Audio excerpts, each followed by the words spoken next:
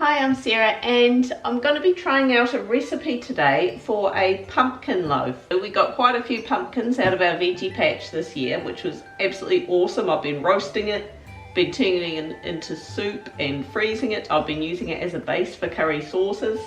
I roasted some the other night and I just had about that much left over. So I roasted that as well, took the skin off. So I'm going to smush this up. I've got about 250 grams here, might be a little bit more. I'm gonna have to use my mega bowl. All my others seem to be otherwise occupied with things in the fridge.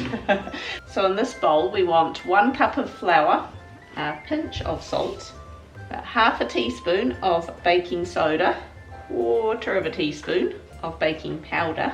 The original recipe was calling for half a teaspoon each of cloves, cinnamon and nutmeg. I'm just going to use mixed spice, so I'm going to use 1.5 teaspoons of mixed spice, which of course has cloves, cinnamon and nutmeg all in it, which is about all I've got left in that packet. It's all good. Anyone else have a highly organised spice box that looks like this? To mix those dry ingredients together.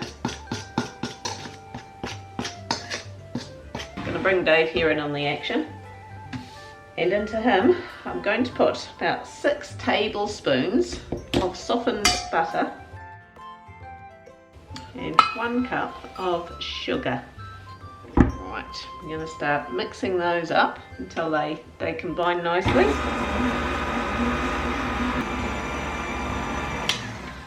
Now I'm going to put in 2 eggs, however, I'm cheating, I'm using no egg replacer powder because that's become my favourite thing lately. In fact, I'm nearly out of it, which just shows that I have used about 66 eggs worth in all sorts of baking using this stuff. I did a whole separate video on this and yeah, it has not failed me yet.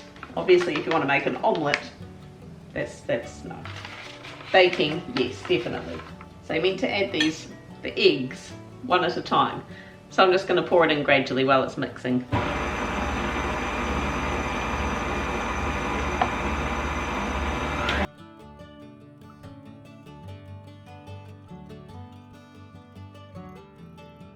Going to add my pumpkin in.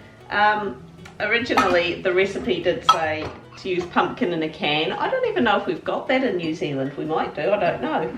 But, you know, obviously this is just straight roast pumpkin that I've let cool down. I'm just going to give it a wee mash with a fork.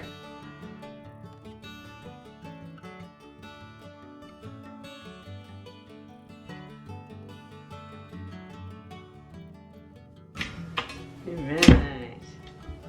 So now we're going to get our dry ingredients and chuck these in and then just mix it on a very low speed until it's just combined.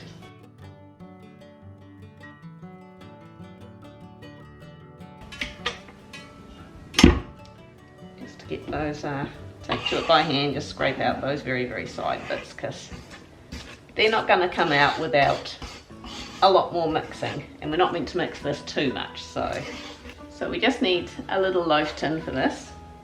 I'm going to use my fingers to grease it because that's the way I roll. It's only family members I'm feeding, so you know. Chuck this into the loaf tin, and we're going to bake this at 180 degrees Celsius. They reckon 65 to 70 minutes. So it's quite a lot of baking time, but I'm just going to keep checking it and see when a skewer comes out clean. It might need that much, I don't know.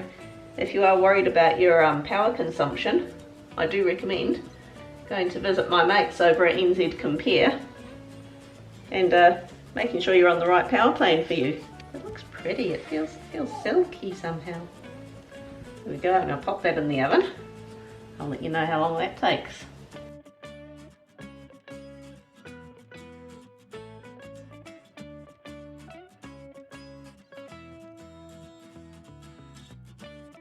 Okay guys, excuse the lighting, it is now night time and it's actually the next day.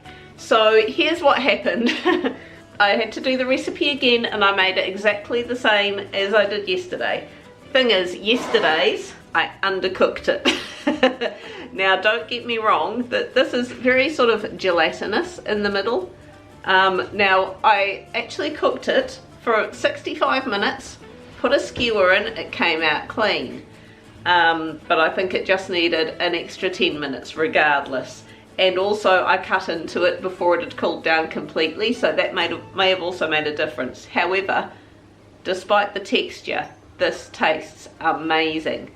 So I did another one today. I let it cook for an extra 10 minutes, so it's had 75 minutes in the oven.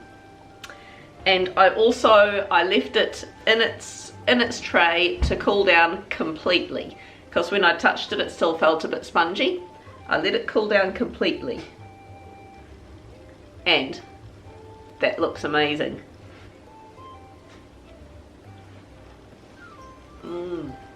Actually, you can taste the pumpkin more so than the one I undercooked. The mixed spice in there is nice. You can really taste that pumpkin, but it is moist.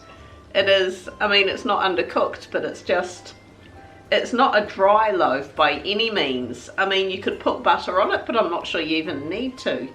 Who else wants a taste of this to give their opinion? I'll put this bit down to child level. Tastes just like banana bread. Doesn't taste like banana bread. Tastes like pumpkin bread.